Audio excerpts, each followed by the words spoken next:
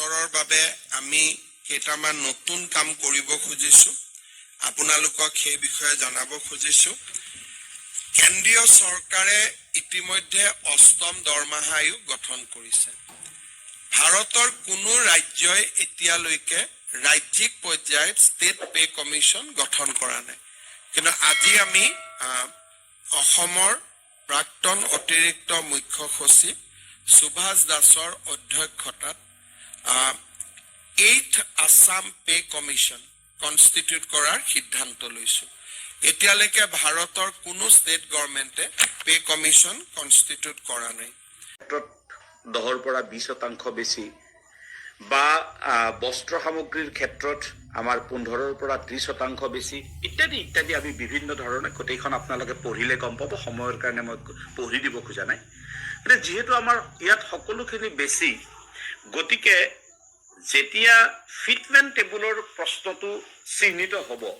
তেতিয়া কেন্দ্ৰীয় চৰকাৰে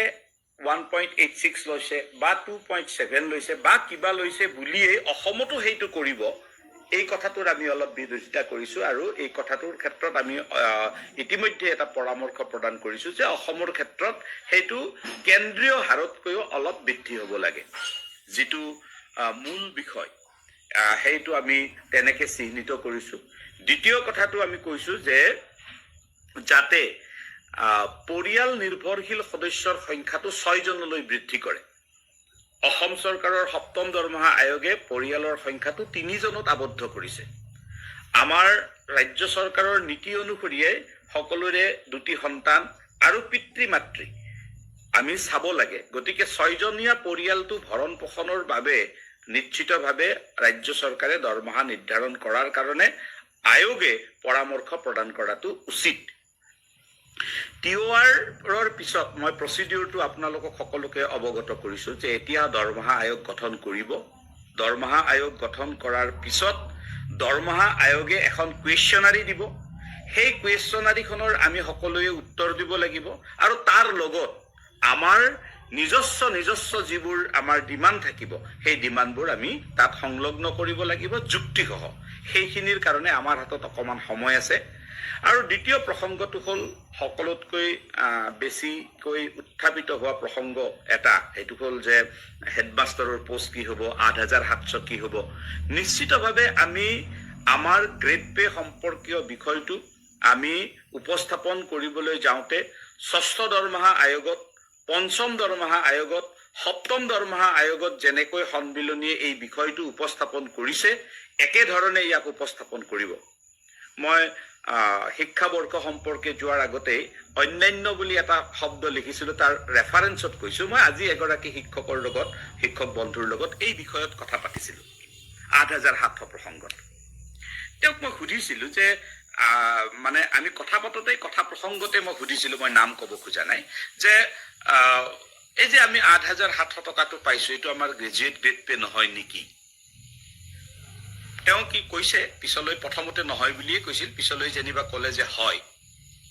এটা কথাটো হ'ল তেখেতক মই সুধিছিলো যে আমি কেনেকৈ পালো তেখেতে ক'লে যে 2012 চনৰ পৰা যেহেতু শিক্ষকৰ বৃত্তিত প্ৰাথমিক শিক্ষকৰ বৃত্তিত নিয়োগ কৰিবৰ কাৰণে 50% অৰ গ্ৰেজুৱেট বুলি কোৱা হৈছে গতিকে আমি তেতিয়াৰ পৰা আমি গ্ৰেজুৱেট গ্ৰেড পে পাইছো মই তেখেতক ইতিমধ্যে বুজাই কৈছো আৰু এই লাইভৰ জৰিয়তে যিসকলে তেনেকে ভাবে তেখেতসকলক ক্লিয়াৰ হোৱাৰ কাৰণে কৈছো যে আমি প্ৰাথমিক বিদ্যালয়ত কাম কৰি থকা স্নাতক শিক্ষকসকলে 6ষ্ঠ দৰমহাৰ পৰাই আমি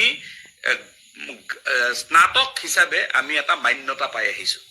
6ষ্ঠ দৰমহাৰ আগত যেহেতু মান্যতা পাইছো 6ষ্ঠ দৰমহাৰ আয়োগৰ ভিত্তিতে আমি 7ম দৰমহাগত মান্যতা পাইছো গতিকে মান্যতাটোৰ প্ৰশ্ন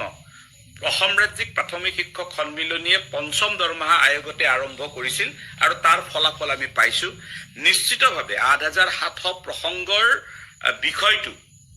ইতিমধ্যে আমি আকৌ এটা নতুন আদালতৰ বিষয়টো চলি থকাৰ মাজতে আমি পুনৰাই মুখ্যমন্ত্ৰীৰ জৰিয়তে আমি এটা প্ৰয়াস আমি প্ৰয়াস কৰিছো যদিহে আমাৰ এই প্ৰয়াসে অতি সোনকালে কিবা কামত নিদিয়ে তেনেহলে আমি নিশ্চিতভাৱে দৰমহা আয়োগ গঠন হলেও আমি ইয়াৰ বাবে সংগ্ৰামৰ পথ আমি ল'ম। ইতিমধ্যে আমি আমাৰ ৰাজ্যিক সন্মিলনীৰ কৰ্ণধাৰে এই বিষয়ত আমি চিন্তা চৰ্চা কৰি আছো। কেৱল যিহেতু মুখ্যমন্ত্ৰীৰ নিৰ্দেশত ফাইল এটা বিত্ত বিভাগলৈকে গৈছে, গতিকে সেই ফাইলটোৰ ৰিজাল্ট কেনেকুৱা আহে, পজিটিভ নিগেটিভ কি ৰিজাল্ট আহে, তাক আমি চাবৰ কাৰণে কিছুদিনৰ কাৰণে আমি অষ্টম দৰমহা আয়োগ যিহেতু কেন্দ্ৰীয় চৰকাৰে গঠন কৰিলে, গতিকে অসমতো গঠন কৰা হ'ব। আৰু ইয়াৰ বাবে টাৰ্মছ অফ ৰেফাৰেন্স সম্পৰ্কত যদি বিভিন্ন দল সংগঠনৰ কিবা পৰামৰ্শ থাকে তেখেতে দিয়াৰ কাৰণে এটা অনুৰোধ জনাইছিল। যদিও আজিৰ মুহূৰ্তলৈকে চৰকাৰী নটিফিকেশ্যন হোৱা নাই বিষয়টো লৈ, তথাপিও মুখ্যমন্ত্ৰী মহোদয়ৰ যিটো বক্তব্য, তেখেতৰ বক্তব্যৰ প্ৰতি আমি সন্মান জনাই আজি কিছুদিন পূৰ্বে আমাৰ ৰাজ্যিক সন্মিলনীৰ তৰফৰ পৰা টাৰ্মছ অফ ৰেফাৰেন্স সম্পৰ্কে আমি এখন চিঠি মাননীয় মুখ্য সচিব মহোদয়লৈকে প্ৰেৰণ কৰিছিলোঁ। চিঠিখন আমাৰ সতীৰ্থসকলে পঢ়া শুনা